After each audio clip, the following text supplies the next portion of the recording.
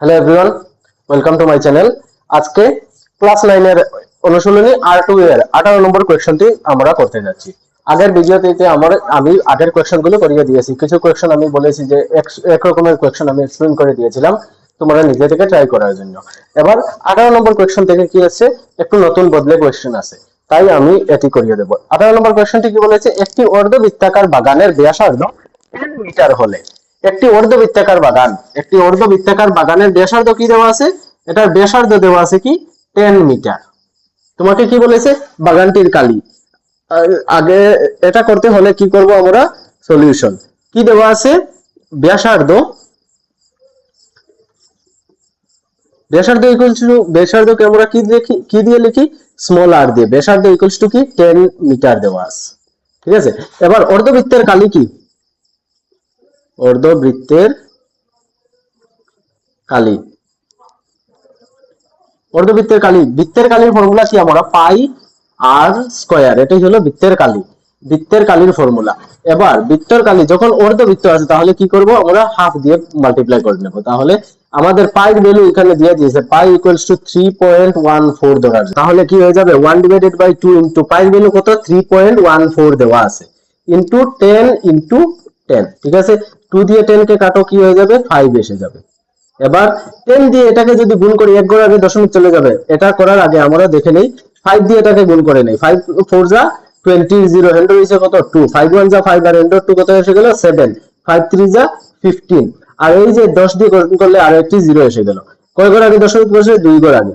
কি এসে গেল, মিটার স্কয়ার বা বর্গ মিটার, কি বর্গ মিটার। বুঝা গেল, এটি হয়ে গেল আমাদের কোয়েশ্চন নাম্বার 18 এর প্রশ্ন, 18 নম্বরের উত্তর। এবার 19 নম্বর বলেছে কি, 4 সেন্টিমিটার ব্যাসার্ধের একটি বৃত্তাকার। 19 নম্বর কোয়েশ্চনটি কি বলেছে, 4 সেন্টিমিটার ব্যাসার্ধ বিশিষ্ট একটি বৃত্তাকার কাগজের টুকরো থেকে 3 সেন্টিমিটার ব্যাসার্ধ বিশিষ্ট একটি বৃত্তকে কেটে ফেলা হলো। এবার কোয়েশ্চনটিকে তোমরা বুঝতে গেলে এভাবে দেখে নাও। এটি মনে করো একটি 4 সেন্টিমিটার ব্যাসার্ধের কি আছে, একটি বৃত্ত আছে, বৃত্তাকার একটি কাগজ আছে, এটার ব্যাসার্ধ কত 4 সেন্টিমিটার। এটি থেকে কি করা হয়েছে, 3 সেন্টিমিটার একটি ব্যাসার্ধকে একটি তোমাকে কেটে ফেলা হয়েছে। তাহলে এটির কালি বের করতে হবে।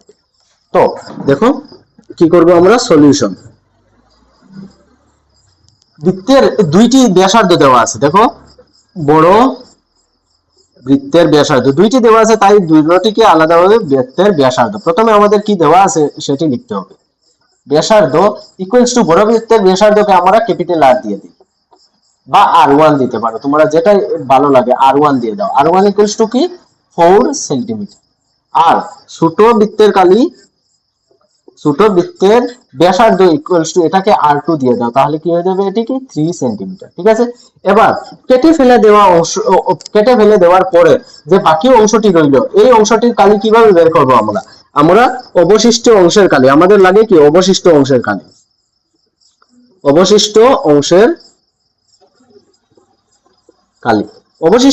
কালি কি আমরা কিভাবে বের করব বলতে পারবে?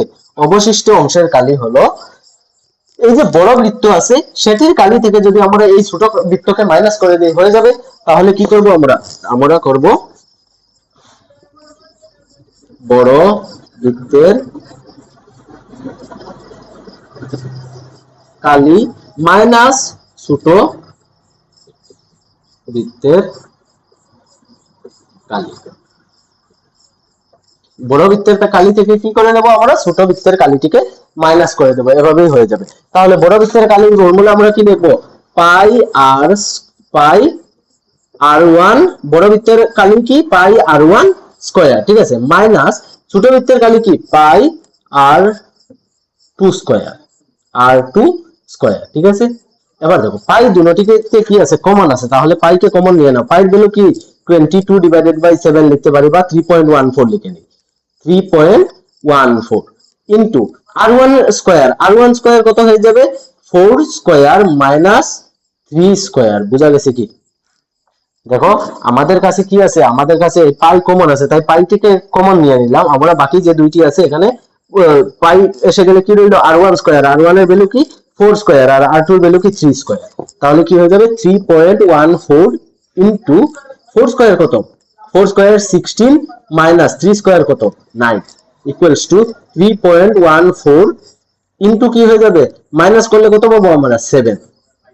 এটা কি সেন্টিমিটার দেওয়া আছে, তাহলে কি লিখবে সেন্টিমিটার স্কয়ার বা বর্গ সেন্টিমিটার লিখে নাও, ঠিক আছে, বর্গ সেন্টিমিটার। এবার দেখো 7 দিয়ে মাল্টিপ্লাই করলে কি হয়ে যাবে, 7 4 যা 28 এর 8 100 হইছে 2, 7 1 যা 7 100 2 9, 7 3 যা 21, কয় ঘর আগে দশমিক বসবে, 2 ঘর আগে দশমিক বসবে, তাহলে হয়ে গেল, এটি হয়ে গেল আমাদের বর্গ সেন্টিমিটার। এটা হয়ে গেল কি আমাদের অবশিষ্ট অংশের কালি। আশা করি তোমরা বুঝতে পেরেছো। এবার 20 নম্বর কোয়েশ্চনটি বলে কি বলেছে দেখো, এটি উঠিয়ে নাও। এবার 20 নম্বর কোয়েশ্চনটি দেখো, 44 সেন্টিমিটার দৈর্ঘ্যের একটি তারের টুকরো থেকে একটি বৃত্ত বানানো হলো, বৃত্তটির ব্যাসার্ধ কত হবে? একটি তারকে কি দেওয়া আছে, 44 সেন্টিমিটার এরকম লম্বা একটি তারকে কি করা হয়েছে, একটি বৃত্ত বানানো হয়েছে, ঠিক আছে। কি দেওয়া আছে, 44 সেন্টিমিটার তার থেকে একটি বৃত্তাকার আকৃতি পাওয়া গেল। একটি তার 44 সেন্টিমিটার আছে, এটিকে এভাবে গুণ করলে কি হয়ে যাবে, এটি বৃত্ত হয়ে গেল। এটির কি বের করতে হবে, আমাদের ব্যাসার্ধটিকে বের করতে হবে। ব্যাসার্ধকে আমরা কিভাবে নির্ণয় করব, ব্যাসার্ধকে নির্ণয় করব, এটি যদি একটি জিনিস তোমাদের মনে আছে কি, যদি এই যে তার এখান থেকে বাঁকা করে একটি বানানো হলো, তাহলে এটি কি হয়ে গেল, পরিধি হয়ে গেল, ঠিক আছে। তাহলে এটি কি হয়ে যাবে, বৃত্তের পরিধি হয়ে যাবে। আচ্ছা, এবার সলিউশন করব। আমাদের কাছে ব্যাসার্ধ আছে কি না, দড়ি দড়ি ব্যাসার্ধ ইকুয়ালস টু কি, আর ব্যাসার্ধকে কি ধরলাম আমরা, আর ধরলাম। এবার পরিধি কি দেওয়া আছে, পরিধি ইকুয়ালস টু কি হয়ে যাবে, 44 সেন্টিমিটার। বুঝা গেছে কি 44 সেন্টিমিটার কেন হলো, কারণ এই তারটিকে বাঁকা করে বানানো হয়েছে, তাহলে এটা কি হয়ে যাবে, পরিধি হয়ে যাবে। পরিধির ফর্মুলা কি, পরিধির ফর্মুলা তোমাদের জানা আছে, 2 পাই আর, পরিধির ফর্মুলা হলো 2 pi r equals to 44 centimetre, ঠিক আছে। পাই ভ্যালু কত, 2 into 22 divided by 7 r equals to কি হয়ে যাবে, 44 সেন্টিমিটার, ঠিক আছে, 44 সেন্টিমিটার। এবার এই 7 এদিকে গেলে কি হয়ে যাবে, গুণ হয়ে যাবে, আর এই দুইটি কি আছে, গুণ আছে, ডিভাইড হয়ে যাবে, তাহলে আর ইকুয়ালস টু কি হয়ে যাবে, 44 ইনটু 7 ডিভাইডেড বাই কি হয়ে যাবে, 2 ইনটু 22। 2 দিয়ে 22 দিয়ে কাটি, 2 ইনটু 22 কি হয়ে যাবে, 44, তাহলে এটা ক্যান্সেল হয়ে যাবে, রইব কত, 7। আর ইকুয়ালস টু কি রইব, 7 সেন্টিমিটার। অতএব বৃত্তটির ব্যাসার্ধ ইকুয়ালস টু কি হয়ে গেল, বৃত্তটির ব্যাসার্ধ এসে গেল আমাদের 7 সেন্টিমিটার। আশা করি তোমরা বুঝেছো। এবার দেখো 21 নম্বর কোয়েশ্চনটি কি বলেছে, একটি ঘড়ির মিনিটের কাঁটার দৈর্ঘ্য কি দেওয়া আছে, একটি ঘড়ির মিনিটের কাঁটার দৈর্ঘ্য, এই যে ঘড়ি আছে, ঘড়ির মিনিটের কাঁটা যেটি, এটির দৈর্ঘ্য কত দেওয়া আছে, 20 মিলিমিটার, ঠিক আছে, 20 মিলিমিটার। এবার ঘড়িটি 30 মিনিটে, আধা ঘন্টায় কতদূর দূরত্ব অতিক্রম করবে। আধা ঘন্টায় ঘড়ি মিনিটের কাঁটাটি কি এসে যাবে, আধা ঘন্টায় মিনিটের কাঁটাটি এখানে এসে যাবে, তাহলে এটি কি কি দূরত্ব অতিক্রম করবে, অর্ধবৃত্ত, ঠিক আছে। তো মিনিটের কাঁটার দৈর্ঘ্য যেটা আছে, মিনিটের কাঁটার দৈর্ঘ্য সেটি কি হয়ে গেল, আমাদের ব্যাসার্ধ এসে গেল। মিনিটের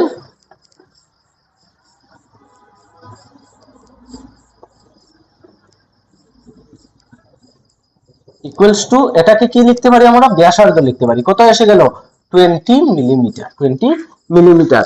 অতিক্রম করা দূরত্ব কি হয়ে যাবে,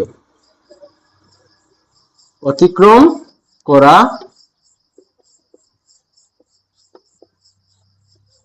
কি হয়ে যাবে, অতিক্রম করা দূরত্বটি, অতিক্রম করা দূরত্বটিকে আমরা কি লিখতে পারি, অর্ধবৃত্তের পরিধি, অর্ধবৃত্তের পরিধি, ঠিক আছে। অর্ধবৃত্তের পরিধির ফর্মুলা কি, পাই আর, অর্ধবৃত্তের পরিধির ফর্মুলা হবে পাই আর, ঠিক আছে। পাই ভ্যালু কত দেওয়া আছে, পাই ভ্যালু আমরা লিখতে পারি 22 ডিভাইডেড বাই 7 ও লিখতে পারি, আর 3.14 ও লিখতে পারি।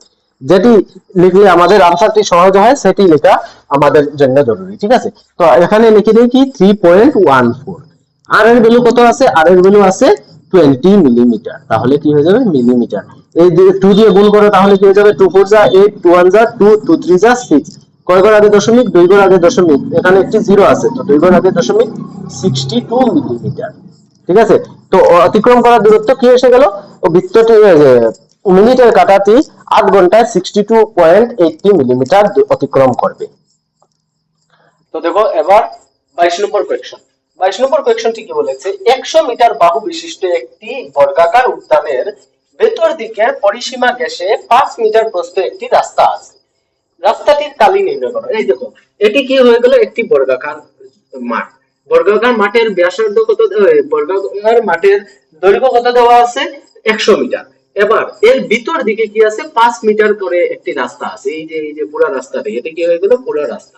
এই রাস্তাটির কালি নির্ণয় করবো। এবার বলতে পারবে এটাকে আমরা কিভাবে নির্ণয় করবো, এটা কালি আমরা কিভাবে বের করবো? এটার কালি আমরা বের করতে পারি কিভাবে, এই যে পুরো যে কালি যেটা আছে এটা থেকে এই যে ছোট যে কালি আছে এটা যদি মাইনাস করে নেই তাহলে কি হয়ে যাবে, আমরা যদি বের করে নিতে পারবো। তাহলে দেখো এটি কি হয়ে যাবে, এটাই তো একটি বর্গাকার হবে না, এটি একটি বর্গাকার হবে। তাহলে দেখো প্রথমে দেওয়া আছে কি কি সেই জিনিসগুলি লিখে নিই। সলিউশন দেওয়া আছে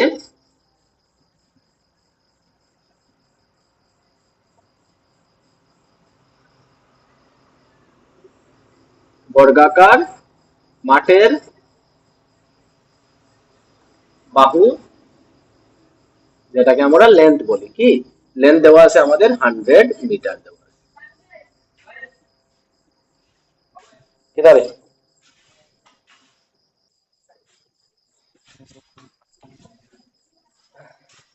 বর্গাকার মাঠের বাহু কত দেওয়া আছে, 100 মিটার।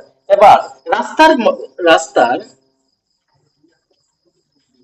রাস্তার প্রস্থ, রাস্তার প্রস্থ কত দেওয়া আছে, 5 মিটার। এখন যে ভিতরের যে খালি মাঠ যেটা আছে তাহলে এটার কি হয়ে যাবে, দেখো ভিতরের মাঠের দৈর্ঘ্য যদি লিখি, ভিতরের মাঠের দৈর্ঘ্য, ভিতরের মাঠের দৈর্ঘ্যটি কি হয়ে যাবে, ভিতরের মাঠের দৈর্ঘ্য যদি দেখি এটা কত আছে, টোটাল ডিসটেন্সটা আছে কি 100। 100 থেকে আমরা কি মাইনাস করতে হবে, 100 থেকে এদিকের 5 আছে আর এদিকের 5 আছে, এটাকে মাইনাস করব। তাহলে 100 মাইনাস 5 মাইনাস 5, ঠিক আছে কি মিটার। দুইবার 5 আছে কারণ এই সাইডে 5 এই সাইডে 1, যদি এদিক দেখি তাহলে সেম হবে। তাহলে কি এসে যাবে, এটি তো একটি বর্গাকার না, তাই কি হয়ে যাবে, মাইনাস মাইনাসে প্লাস, তো 100 মাইনাস 10 কত হয়ে যাবে, 90 মিটার। বুঝা গেছে। এবার রাস্তার যদি আমরা কালি বের করতে হয়, রাস্তার কালি, রাস্তার কালি কিভাবে বের করব, রাস্তার কালি ইকুয়ালস টু বর্গাকার মাঠের কালি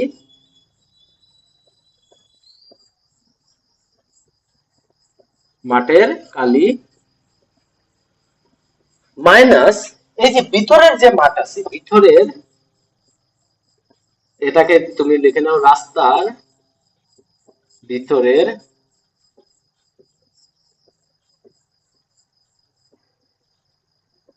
রাস্তার ভিতরের মাঠের কালি। বোঝা গেছে কি, ঠিক আছে। এবার বর্গাকার মাঠের কালি কি হয়ে যাবে, এল স্কয়ার। এল স্কয়ার কি, বর্গাকার মাঠের দৈর্ঘ্য কত দেওয়া আছে, 100 স্কয়ার, 100 স্কয়ার মাইনাস ভিতরের মাঠের কালির দৈর্ঘ্য কত দেওয়া আছে, 90 স্কয়ার, ঠিক আছে 90 স্কয়ার। এবার 100 স্কয়ার কত এসে গেল, 10,000। 100 স্কয়ার করলে 10,000 পেয়ে যাব, মাইনাস 90 স্কয়ার করলে 9 এর স্কয়ার করলে 81, লগে দুইটা 0 হয়ে যাবে। তাহলে এটাকে মাইনাস করো, কি হয়ে যাবে, মাইনাস করলে 0 0 0 থেকে 0, এটা এখানে 10 আসলো, 10 থেকে 1 গেলে 9 থাকে, এখানে কি আছে 9 থেকে 8 গেলে 1 থাকে, মিটার স্কয়ার 1900 মিটার স্কয়ার। এটি কি এসে গেল, এটি এসে গেল রাস্তার কাজ। এবার হলো 23 নম্বর কোয়েকশন। 23 নম্বর কোয়েকশনটি কি বলেছে, 180 মিটার দৈর্ঘ্য এবং 120 মিটার প্রস্থের একটি আয়তাকার মাঠের সীমার বাইরের দিকে, আগের কোয়েকশনটিতে আমরা পড়েছিলাম ভিতরের দিকে, এবার বাইরের দিকে।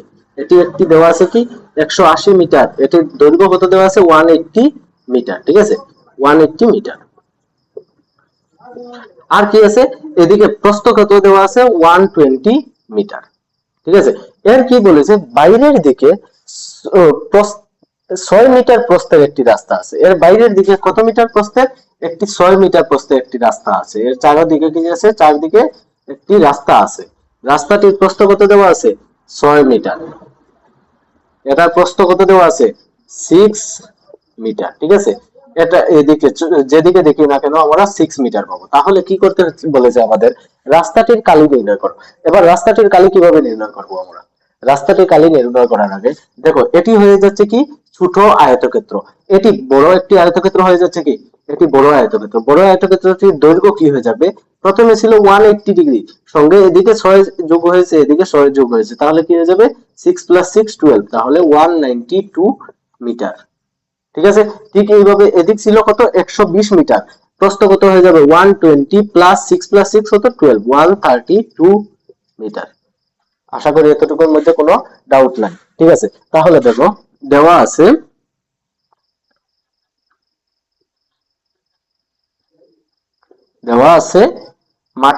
মাঠের দৈর্ঘ্য ইকুয়ালস টু কত, মাঠের দৈর্ঘ্যটিকে আমরা লিখে নেই এল। মাঠের দৈর্ঘ্য এল হলে কি হয়ে যায়, মাঠের দৈর্ঘ্য দেওয়া আছে 180 মিটার, আর মাঠের প্রস্থ দেওয়া আছে কত, মাঠের প্রস্থ আমরা লিখি বি ইকুয়ালস টু কত দেওয়া আছে 120 মিটার।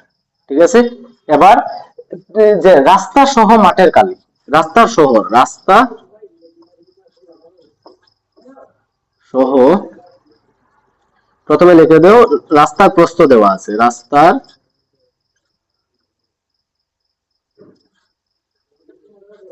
প্রস্থ রাস্তার প্রস্থ কত দেওয়া আছে 6 মিটার। তাহলে রাস্তা সহ মাঠের প্রস্থ কি হয়ে যাবে, আমরা তো এই যে মাঠের রাস্তা সহ বাড়ির যে বড় আয়তাকার আছে তার কালি বার করতে হবে, তার এটা থেকে আমরা এই রাস্তার কালি কিভাবে বের করব, আগে এটাতে যেরকম ভাবে বের করেছিলাম পুরাটি কালি বের করে পরে ভিতরেরটি মাইনাস করে দিয়েছি, সেই ঠিক সেইভাবে কি করব, পুরা যে বড় আছে সেটার কালি থেকে আমরা কি এই আয়তাকার মাঠের কালি যদি বের করে দিই তাহলে এই রাস্তার কালিটা থেকে যাবে। তাহলে রাস্তার দৈর্ঘ্য ইকুয়ালস টু কত পেয়েছি আমরা 192 মিটার রাস্তার দৈর্ঘ্য, এটাকে L1 দিয়ে দাও B1 দিয়ে দাও তাহলে এটা কি হয়ে যাবে L2 ইকুয়ালস টু, আর রাস্তার সরি এটাকে লিখতে হবে রাস্তা সহ মাঠের দৈর্ঘ্য,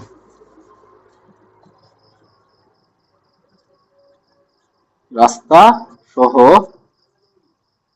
মাঠের দৈর্ঘ্য। এবার রাস্তা সহ মাঠের প্রস্থ, এটাকে কি দিও B2 ইকুয়ালস টু কত এসেছে আমাদের 132 মিটার। ঠিক আছে, এবার কি করতে হবে, এবার আমরা রাস্তার কালি বার করব। রাস্তার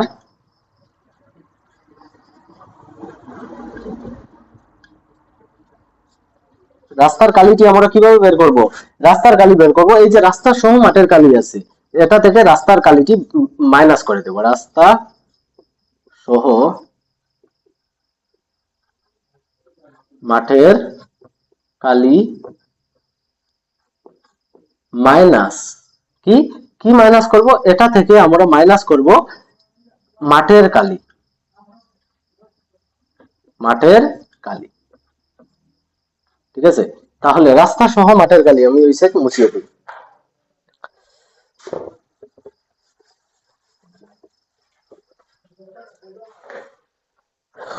তো রাস্তা সহ মাঠের দৈর্ঘ্য যদি দেখি তাহলে কি হয়ে যাবে, এটা হয়ে যাবে L2 ইন্টু B2, রাস্তা সহ মাঠের কালি হবে L2 into B2 minus L1 into B1। ঠিক আছে, L1 কি আছে মাঠের দৈর্ঘ্য প্রস্থ, তাহলে এটার কি হয়ে যাবে 192 ইন্টু 132, আর এটা থেকে কি হয়ে যাবে 180 ইন্টু 120, এটা কি হয়ে যাবে মিটার স্কয়ার হবে, বর্গ মিটার হবে। তাহলে এই দুইটাকে আমরা কি করতে হবে, গুণ করতে হবে, আর এই দুইটাকে গুণ করতে হবে, করে এটা থেকে একটি থেকে অন্যটি মাইনাস করব। ঠিক আছে, তাহলে এটাকে গুণ করে কি হয়ে যাবে 130 192 আর 132 গুণ করলে কি হয়ে যাবে 2 2 যা 4, 2 9 যা 18 আর 8 111, 2 1 যা 2 আর 1 3, এটাকে করলে কি হয়ে যাবে 3 2 যা 6, 3 9 যা 27, 3 1 যা 3 5, আবার কি করো 1 দিয়ে করলে 2 9 1, কত আসলো 4 4 7 plus 10 10 13, 13 আর 300 হলো 1, 10 10 5 15, 15 2, কত এসে গেল 25344।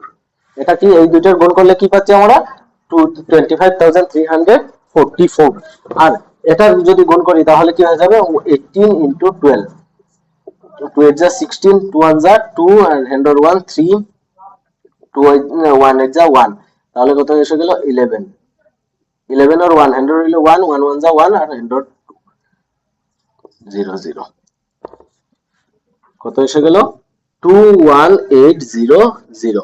তোমরা ডাইরেক্ট আমি ডাইরেক্টলি করেছি কি 2 8 যা 16, সরি 2 8 যা 16 হবে, 2 8 যা 16, তাহলে 2 8 যা 16 আর 600 হইছে 1, 2 1 যা 2, 1 আর 2 1 যা 2 আর 1 8 যা 8, তাহলে কি হয়ে যায় 11, 11 এর 1 বসিয়েছি রইছে 1, 1 1 যা 1, তাহলে কি হয়ে যাবে 1 আর হ্যান্ডের 1 2, আর লাস্টে দুইটা জিরো আছে দুটোটার সঙ্গে, তাহলে জিরো হয়ে যাবে। ঠিক আছে, এবার মাইনাস করো, তো মাইনাস করলে কি হয়ে যাবে 0, 4 থেকে 0 গেলে 4, আবার 4 থেকে 0 গেলে 4, 3 থেকে 6 যাবে না 13, 13 থেকে 6 গেলে 7, এখানে রয়েছে 4, 4 থেকে 1 গেলে 3, 4 থেকে 1 গেলে 3, 3744 মিটার স্কয়ার। রাস্তাটির কালি এসে গেল,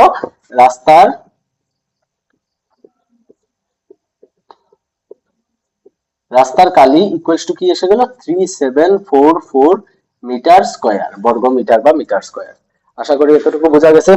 24 নম্বর কোয়েশ্চন, 24 নম্বর কোয়েশ্চনে কি বলেছে, নিম্নের ছায়া অংশের কালি নির্ণয় করো। এখানে দেওয়া আছে কি দেখো, একটি আয়তক্ষেত্র দেওয়া আছে, কি এবিসিডি আয়তক্ষেত্র দেওয়া আছে, এবিসিডি একটি আয়তক্ষেত্র দেওয়া আছে। আয়তক্ষেত্রের মধ্যে কি করা হয়েছে, এই যে ছায়া করা অংশ, যে এই যে ভিতরের অংশ, এই অংশের কালি বের করার জন্য বলেছে। তো একটা জিনিস, এটার কালি তোমাদের দেখে মনে হবে এটার কালি আমরা কিভাবে বের করব। দেখো কিভাবে বের করতে হবে, এই যে বিন্দু যেটা আছে, এই বিন্দুটার কোনো নাম দেওয়া নাই, তাহলে এটাকে দিয়ে দেই এফ, এই বিন্দুটির নাম দিয়ে দিই কি এফ। এখন ছায়া করা অংশের কালি কিভাবে বের করব, ছায়া করা অংশের কালিটা হবে কি, এই যে পুরো আয়তক্ষেত্রের কালি আছে, এটা থেকে এই যে অংশ আর এই অংশকে যদি মাইনাস করে দিই, তাহলে কি বের করতে পারবো, আমরা ছায়া করা অংশ কালি বের করতে পারবো। ঠিক আছে, এটিতে কোনো ডাউট, এটিতে কোনো ডাউট হওয়ার কথা নেই। তাহলে দেখো এই যে খালি অংশ, এটা একটি ত্রিভুজ দেখা যাচ্ছে না, এটা একটি ত্রিভুজ, এটা আয়তক্ষেত্র যখন এই কোণটি 90 ডিগ্রি, তাহলে এটা একটি সমকোণী ত্রিভুজ। এটি কি হয়ে গেল, এটাও একটি সমকোণী ত্রিভুজ। তাহলে আয়তক্ষেত্রটির কালি থেকে আমরা যদি এই যে এবিসিডি আয়তক্ষেত্র আছে, এটার কালি থেকে যদি আমরা এই ত্রিভুজ আর এই ত্রিভুজের কালিটা মাইনাস করে দিই, তাহলে কি পেয়ে যাব, আমরা এই যে ছায়া করা অংশের কালি পেয়ে যাব। এবার ছায়া করা অংশের কালি পাওয়ার আগে আমরা কি দেখতে হবে, এই যে ত্রিভুজটির এই ছায়া করা অংশের এই থেকে এতক্ষণ পর্যন্ত অতটুকু ডিসটেন্স কতক্ষণ দেওয়া আছে, 1 সেন্টিমিটার। তো প্রথমে আমরা যদি করি আয়তক্ষেত্র এবিসিডি এর কালি, প্রথমে আমরা করে নেই আয়তক্ষেত্র এবিসিডি এর কালি।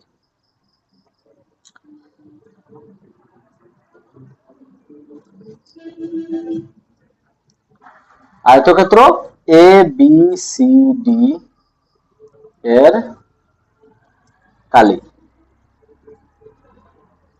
ইকুয়ালস টু কি হয়ে যাবে, দেখো আয়তক্ষেত্রের দৈর্ঘ্য কত দেওয়া আছে, আয়তক্ষেত্রের দৈর্ঘ্য দেওয়া আছে। আচ্ছা, এটি করার আগে, আয়তক্ষেত্রের কালি বের করার আগে আমরা কি করতে হবে, আমাদের করতে হবে এই যে ডিই এডি এর ইকুয়ালস টু দেওয়া কি কি আছে এটা লিখে নাও, করে আমরা এটা কি করছি, দেওয়া আছে, দেওয়া আছে ডিই ইকুয়ালস টু কত, ডিই ইকুয়ালস টু 3 সেন্টিমিটার, আর সিই ইকুয়ালস টু কত দেওয়া আছে 4 সেন্টিমিটার। দেখো এই যে সি থেকে ই পর্যন্ত এই ডিসটেন্সটা কত দেওয়া আছে 4 সেন্টিমিটার, আর ডি থেকে ই পর্যন্ত এই ডিসটেন্সটা দেওয়া আছে 3 সেন্টিমিটার। ঠিক আছে, এডি কি দেওয়া আছে, এডি ইকুয়ালস টু কত দেওয়া আছে 3 সেন্টিমিটার দেওয়া আছে। আর আমি এই যে বিন্দুটি কোনো কিছু নাম দেওয়া আসলো না, এটাকে কি দিয়ে দিলাম, এফ দিয়ে দিলাম, তাহলে এ এফ ইকুয়ালস টু কত, এফ ইকুয়ালস টু 1 সেন্টিমিটার। ঠিক আছে, বিসি ইকুয়ালস টু কত, বিসি ইকুয়ালস টু দেওয়া আছে, বিসি ইকুয়ালস টু 3 সেন্টিমিটার। ঠিক আছে, এখন দেখো এই যে ডিই আর ইসি সিই এই দুইটাকে প্লাস করলে কি পেয়ে যাব, আমরা সিডি পেয়ে যাব। সিডি ইকুয়ালস টু আমরা কি লিখতে পারি, CD equals to 3 plus 4 centimetre equals to কি 7 সেন্টিমিটার। এই যে পুরো ডিসটেন্সটা বের করে নিলাম কিভাবে, এটা আর এটা প্লাস করলেই আমরা পুরো হচ্ছে এটি একটি লাইন, তাহলে এটা হয়ে যাবে ডিসি সিডি ইকুয়ালস টু কত পেয়ে গেলাম 7 সেন্টিমিটার। সিডি যেটা হবে এবি ইকুয়ালস টু কি হয়ে যাবে, এবি হবে, কারণ এ বি সি ডি আয়তক্ষেত্র, এবিসিডি কি একটি আয়তক্ষেত্র। আয়তক্ষেত্রের কি জানি, আয়তক্ষেত্রের বিপরীত কোণগুলো বিপরীত বাহুর মাপ সমান। এবার দেখো এডির ভ্যালু দেওয়া আছে কত, এডির ভ্যালু দেওয়া আছে 3 সেন্টিমিটার, তো ডিএফ এর মান কত হবে, ডিএফ এর মান কত হবে, ডিএফ এর মান আমরা কি বের করব, এডি থেকে আমরা যদি এফ এর মানটি এই যে পুরাটা থেকে এই মানটা যদি আমরা 1 থেকে মাইনাস করে দিই, তাহলে কি হয়ে যাবে, আমরা পেয়ে যাব ডিএফ এর ভ্যালু, তাহলে কি হয়ে যাবে 3 centimetre minus 1, 3 centimetre minus 1 centimetre equals to 2 centimetre. এতটুকু পর্যন্ত আমাদের কি কি দেওয়া আছে পেয়ে গেলাম। এবার দেখো, এবার করতে হবে কি, এতটুকু উঠিয়ে নিয়েছো, ঠিক আছে, হয়ে গেছে। এবার দেখো, এবার আমরা করছি কি, এবার আমরা কালি বের করব, একটি একটি করে কালি বের করি, বা পুরোপুরি যদি লিখতে চাই, ছায়া করা অংশের আমাদের নেওয়া কি জিনিস সবচেয়ে বেশি জরুরি, ছায়া করা অংশের কালি, ছায়া অংশের কালি, ছায়া অংশের কালি, ছায়া অংশের কালি ইকুয়ালস টু কি দিতে লিখতে পারি আমরা, ছায়া অংশের কালি equals to A B C D আয়তক্ষেত্রের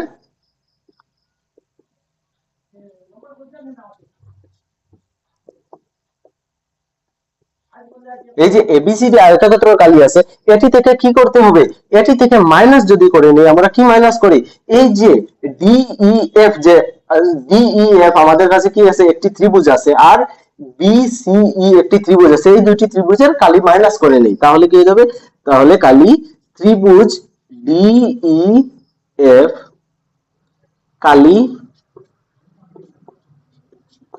ত্রিভুজ ডিইএফ, কালি ত্রিভুজ ডিইএফ, এই যে ডিইএফ ত্রিভুজের কালি, মাইনাস আর কি, মাইনাস কালি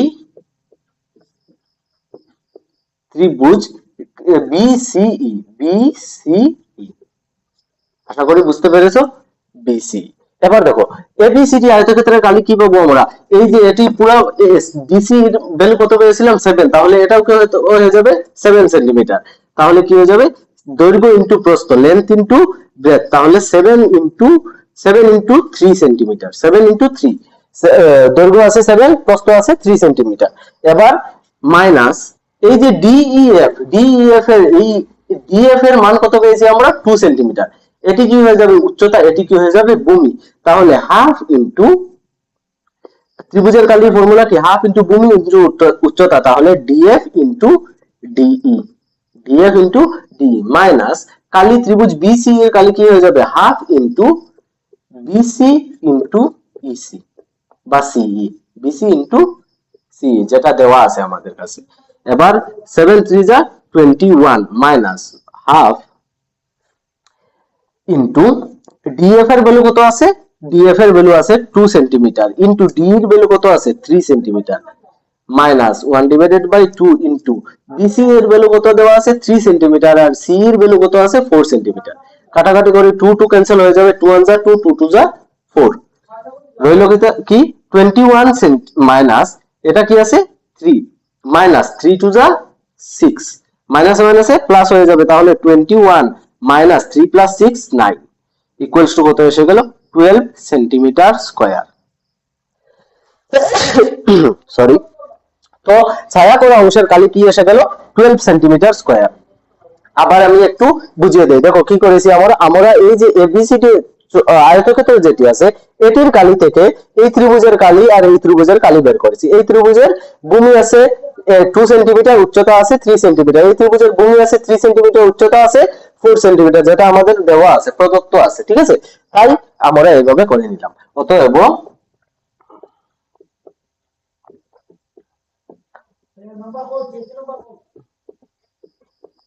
ছায়া করা অংশের কালি ইকুয়ালস টু কি পেয়ে গেলাম 12 সেন্টিমিটার স্কয়ার, ছায়া করা অংশের কালি হয়ে গেল 12 সেন্টিমিটার স্কয়ার। এতটুকু পর্যন্ত আমাদের অনুশীলনী R2 এর যতটুকু কোয়েকশন ইম্পর্টেন্ট ছিল আমি কোয়েকশন গুলো করিয়ে দিয়েছি, যে কোয়েকশন গুলো তোমাদের করতে প্রবলেম হতে পারে সেই কোয়েকশন গুলো আমি করিয়ে দিয়েছি, ঠিক আছে। এবার নেক্সট ভিডিওতে আমি সংখ্যা প্রণালী প্রথম চ্যাপ্টার যেটি আছে সেটি শুরু করব। যদি ভিডিওটি ভালো লাগে তাহলে বন্ধু বান্ধবদের কাছে শেয়ার করবে, আমার চ্যানেলটি লাইক শেয়ার ও সাবস্ক্রাইব করবেন।